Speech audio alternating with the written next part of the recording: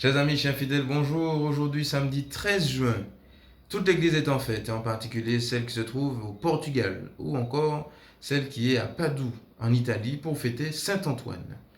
Dit de Padoue, bien qu'il soit né à Lisbonne vers 1195, et effectivement décédé à Padoue, en Italie, en 1231.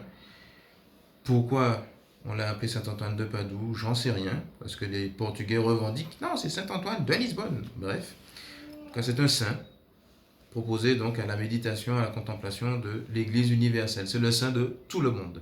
Tant et si bien qu'il a la grâce, je dirais, d'avoir une statue à son effigie dans pas mal d'églises dans le monde, parce que c'est un saint qui est apprécié pour plusieurs raisons. La première, c'est qu'il a su s'imprégner de l'évangile, de cet esprit évangélique de pauvreté qu'il a épousé à l'école de Saint François d'Assise, donc qu'il a côtoyé de près. Il a été à Assise pour s'imprégner de la vie menée par Saint François. Saint François l'a envoyé aussi en France pour fonder un couvent à Brive-la-Gaillarde. Voilà, donc il a su vivre cet esprit de pauvreté. La deuxième raison, c'est parce que c'est un saint qui aide à trouver des objets perdus. Si bien qu'on en a fait une petite chansonnette. Voilà, Saint-Antoine de Padoue, grand voleur et grand filou, rendez-nous ce qui n'est pas à vous. Bon, traiter un si grand saint de voleur et de filou, bon, c'est pas forcément intéressant, mais en plus, dans l'histoire, c'est lui qui a été volé. Puisque, en fait, l'origine de cette dévotion vient du fait que il y avait un novice qui voulait quitter le couvent et pour se faire virer, il avait volé le psautier de Saint-Antoine. Et Saint-Antoine a prié si fort que ce novice est retourné vers lui, se repentant, et voilà, lui rendant donc son psautier. Donc, prière puissante de Saint-Antoine. Donc, si lui, ça lui a permis de retrouver son psautier, donc on s'appuie aussi sur ces prières puissantes pour trouver des objets perdus. Et une dernière raison qui est très très importante, c'est que Saint Antoine est un très grand prédicateur, si bien que sa langue est encore exposée à la basilique de Padoue.